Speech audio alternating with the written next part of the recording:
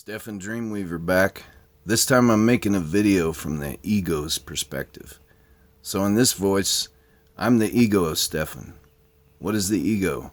The ego is that side of ourself that acts on impulse, that does things because we want to. We have to have it, or it's what we do. I have to be right in the conversation, not be wrong, be right. It's my way or the highway. The ego is selfish, wants to do things yesterday, now, and it's mine. But over the years, I say I have evolved. I made a lot of choices in the past, as I'm sure we all have. They're being like, golly, acting without thinking. Just somebody runs you off in traffic and you run over there and you got to tell them off. All those things are driven by the ego. The guy that stole the ambulance last week, I'm sure his ego was driving too. But we have, along with the ego, we have higher versions, higher thoughts of ourselves. We have guides, angels, all the way up to Source, God, Great Spirit.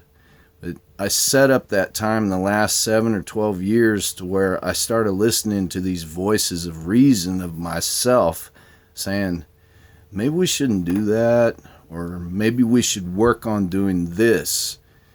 You know, the voices are like, take better care of yourself, eat good foods, fruits, vegetables, things grown by the sun that have higher vibration. Drink more water.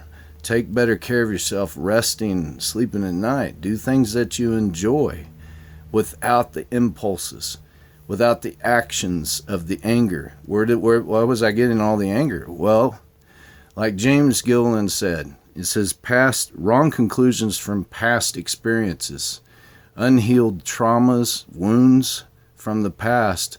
So when things would happen, I would grab onto those and match that frequency and then act out, like I'm going to teach this person that has no idea where I'm coming from a lesson. That's the ego. That's me. I'm the ego.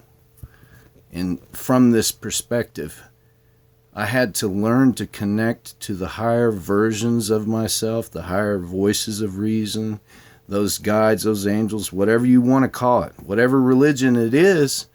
There is a process that does this. And I have learned over the years, and I have evolved over the years, and I'm happier more often. I'm not angry as I was. I don't act out. Not that I couldn't make a mistake and do these things, but I'd be thinking about it afterwards.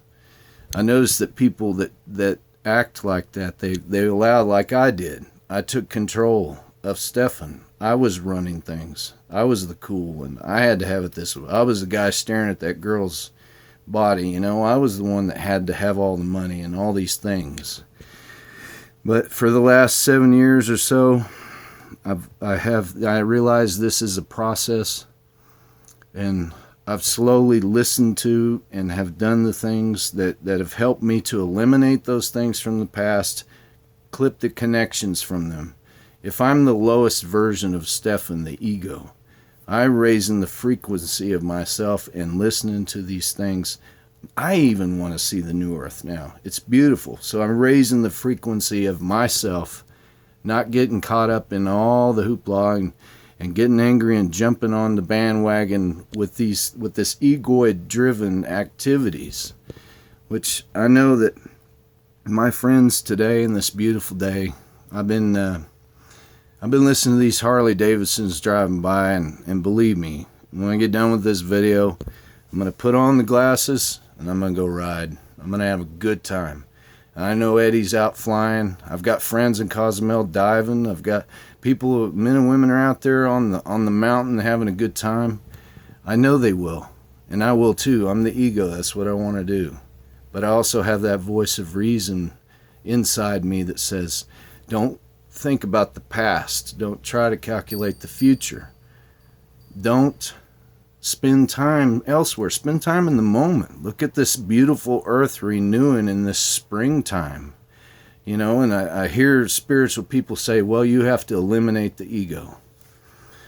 Don't eliminate the ego. You're going to eliminate me? I'm the one running things. Instead, what I believe is you involve and evolve the ego. Why don't you include me and teach me how to not act on impulse, how I don't have to be right in the conversation, and maybe I think about ways of achieving things and success without destroying myself and or others. Like my brother and my cousin are in Arizona having a good time. I wish I was there. I want to be there. But I know that they also have won over the war with themselves. They love themselves. Maybe that's the deal. They've already set up whatever connection that they call it. And they are successful. They are loved by their friends and people because they're a joy to be around. They're not in conflict with themselves. They love themselves.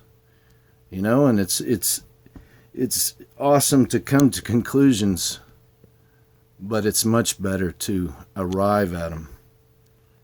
You know, I, the ego, Stefan's ego, I love you too.